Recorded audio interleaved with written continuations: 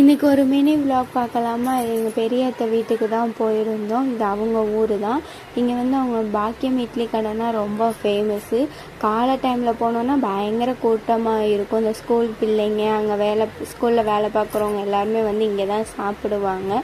நம்ம போன நேரம் கூட்டம் கம்மியாயிடுச்சு, ஏன்னா நம்ம 9 மணிக்கு போனோம்.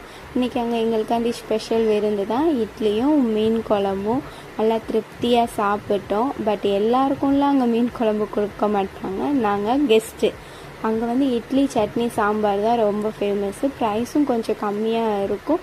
டேஸ்ட் வந்து நம்ம வீட்டு சமையல் மாதிரி இருக்கும். அதனால எல்லாருக்குமே பிடிக்கும். இன்றைக்கி இண்டிபெண்டன்ஸ் டேங்கிறதுனால அப்படியே சாப்பிட்டு பக்கத்தில் தான் ஸ்கூலில் அங்கே எங்கள் அத்தை கடை போட்டிருப்பாங்க. அப்படியே அங்கே போயிட்டோம். அங்கே போனோடனே அங்கே உள்ள ஸ்டாஃப்ஸ் எல்லாம் எங்களை ரிசீவ் பண்ணாங்க.